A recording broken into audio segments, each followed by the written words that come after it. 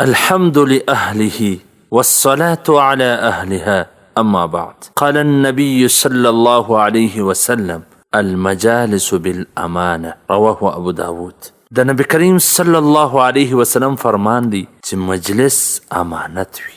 یعنی په مجلس کې یو خبره وسونه، یو ملګری یو خبره وکړه، نو هغه خبره ستا سره امانت ده، هغه مجلس ستا سره امانت دی. که چیرې ته دا خبره بل چاته کوې، نو تا په امانت کې خیانت وکړي، بیا ته خائن بلل کېږي. نو پکار دا ده چې مجلس امانت وساتې، هر ځای کې هر چاته خبرې ونه کړي.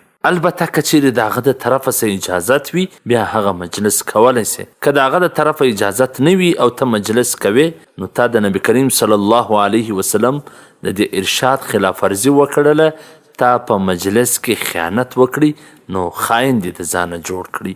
والسلام. قدرمنو اوریدونکو، تاسو د محترم الحاج مولوي عبدالرحمن صمیم صاحب و سهرنی نبوي حدیث ته غوږ واست.